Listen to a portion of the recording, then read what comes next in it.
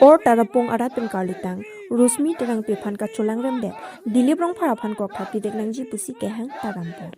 Justice! We want justice! We want justice! Nilip MEC constituency kapalo or tarapong arat pen karlitang Rosmi terang pephan akar jom rengme kaparablong pameji aphan arnam hirjume kehang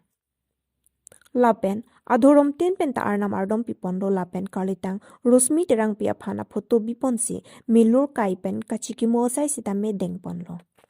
Lapen or tarapung hawar arat pen sorkar aphan sodak pen kachuning ripon alam theke lapuhenlo karlitang Rosmi terang pia phan ot langno kachuklem abang phu dilibrong phara phan kokthat pivek nangji pusi chuning ripon Lapen tarapung arat pen karbing autonomous council kachari pon abang phu CM Dr. Tuliram Ronghang aphan chuning ripon ke karlitang Rosmi terang pia men pen ME school sitami pivek nangji lapen hadaga masi Rosmi terang pia phan akumlin mate amumang binangji lapen karlitang Rosmi terang pia men pen towards tami tarapung pen borpung an nona mat silam nangji lapen ke karlitang Rosmi terang pia sarpi lapen akorte tumahem duk pek laksi kera pajiro vek nangji pusi rat pen chuning ri padopon tangte pherangke thengno kaning jelam arjusina sir আজি বৰপংকে আহিছিলে এই বিষয়টো আপোনাক কৈ দিব আপোনালোকে জানে যোৱা 26 তাৰিখে ইয়াৰে এগৰাকী কিশোৰী ইয়াৰ পৰা এজন নেইবাৰে লৈ গৈ পেলাই আধা ৰাস্তাত গৈ তেখেতক বলৎকাৰ কৰি পেলাই হত্যা কৰিলে তাৰপিছত আমি যিজন আসামী তেখেতক আমি কৰায়ত্ব কৰিলোঁ আৰু আমি ডেড বডি পালোঁ পিছত আৰু আমি ইতিমধ্যে কেছ ৰেজিষ্টাৰ কৰিছোঁ আপোনালোকে জানে এই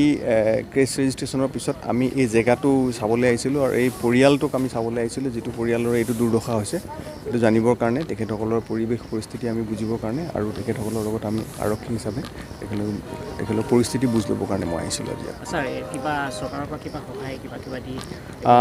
চৰকাৰৰ পিনৰ পৰা ব্যৱস্থা আছে আমি ইতিমধ্যে আমি ব্যৱস্থা গ্ৰহণ কৰিছোঁ আমি এটা DLSA বুলি আছে সেই অথৰিটি আছে অথৰিটিৰ পৰা এটা তেখেতসকলে আৰ্থিক তেখেতক সাহায্য পাব তাৰোপৰি চৰকাৰৰ পিনৰ পৰা কেনেধৰণৰ আৰু সাহায্য পাব আমি এইটো আমি বিবেচনা কৰি আছোঁ আৰু আমি লিখা পঢ়া কৰিছোঁ ইতিমধ্যে আমি তেখেতসকলক জনাম স্যাৰ ৰাইজে যে ডিমাণ্ড কৰিছিলে যে যোনটো হত্যা কৰিছে সেই মানুহজনী যে মানে ফাৰ্চি হ'ব লাগিছিলে বুলি কৈছিলে সেইটো কথাটো সেইটো আমি আমাৰ আৰক্ষী তদন্তত আমি প্ৰতিবেদন দাখিল কৰাৰ পিছত আদালতে সিদ্ধান্ত গ্ৰহণ কৰিব আৰু সেই সিদ্ধান্ত আদালতৰ সিদ্ধান্ত হ'ব গতিকে আমি এই মুহূৰ্তত সেই বিষয়ে একো আমি কমেণ্ট কৰাটো অনুচিত আৰু স্যাৰ এটা কৈ দিব যে ৰাস্তা যিটো প্ৰথমত আহিছে এইটো ৰাস্তাটোৰ বিষয়টো আপোনাৰ আশাটো কেনেকৈ লাগিছিলে ৰাস্তা কিছু আমি দেখা পাইছোঁ হয়তো ফৰেষ্টৰ মাজে মাজে আহিছোঁ গতিকে এই সম্বন্ধে ৰাস্তাটো খুব ভাল ৰাস্তা নহয় পৰৱৰ্তী সময়ত মোৰ ধাৰণা আছে যে চাগে এইটো কাউন্সিল বা যি এপ্ৰপ্ৰিয়েট অথৰিটি আছে বা ফৰেষ্ট অথৰিটি তেওঁলোকে ৰাস্তাটো নিৰ্মাণ কৰিব বা মেৰামতি কৰিব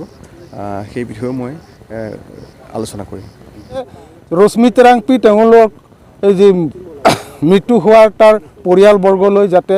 আমাৰ কাউন্সিলৰ যিটো CM ডক্টৰ তুলিৰাম ৰংহাং ডাঙৰীয়াক আমি বিনম্ৰভাৱে অনুৰোধ কৰিছোঁ যাতে তেওঁৰ পৰিয়ালবৰ্গলৈ যাতে আৰ্থিক সাহায্য প্ৰদান কৰে আৰু দিলীপ ৰংফাৰ তেওঁৰ যি হত্যাকাৰী তেওঁৰ যাতে ফাঁচি উনুমাই থ'ব লাগে আমাৰ ৰাইজৰ দাবী আৰু আজি এই দাবীত আজি এই সমাপ্ত হৈছে এইটো নহয় আগন্তুক দিনতো আমি এই আন্দোলন হৈ থাকিব যেতিয়ালৈকে আমাৰ দিলীপ ৰংফাৰ এই শাস্তি প্ৰদান নকৰালৈকে আমাৰ আন্দোলন আমাৰ কাৰ্যসূচী অব্যাহত থাকিব থেংক ইউ